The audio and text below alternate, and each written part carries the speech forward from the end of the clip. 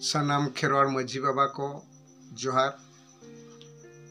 ar ñeñaliya ko hon Johar alin Khodi Khudur Chamga Samlet ni Secretary Basutret kanali alinya tehin de disom hor ko baday chorna karon do noa je abo dosra baske dupulup bo ठौकला ona dupulup do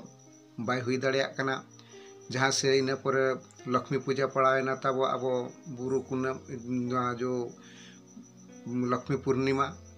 पुने बुरु ओना इदी काते अब पिया पीड़िन नकड़े पीड़ बारपाड़ा जुगना पीड़िन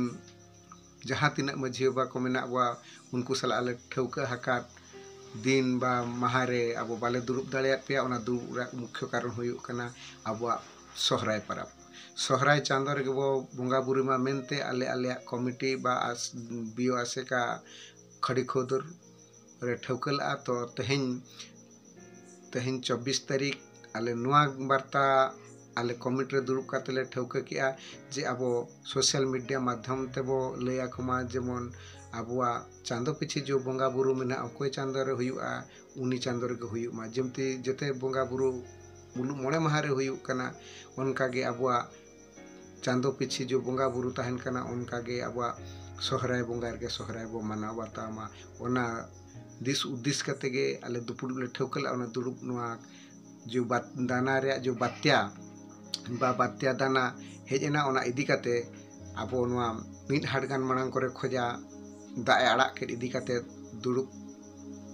बा by संभव दाड़ेया कना ओना इदी कते आले सोशल मीडिया माध्यम तेगे सनाम मझी बाबा को परनिक बाबा को आरदेश दिसम हॉर्डन मझी बाबा को नवा गले संदेश एमो सनाय लिया जेमन अबे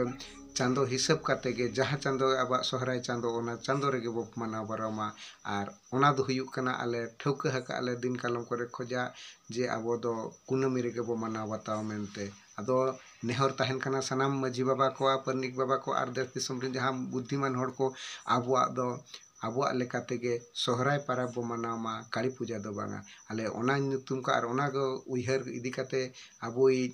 लुगु बाबा बा आबुआ लुगु बुरु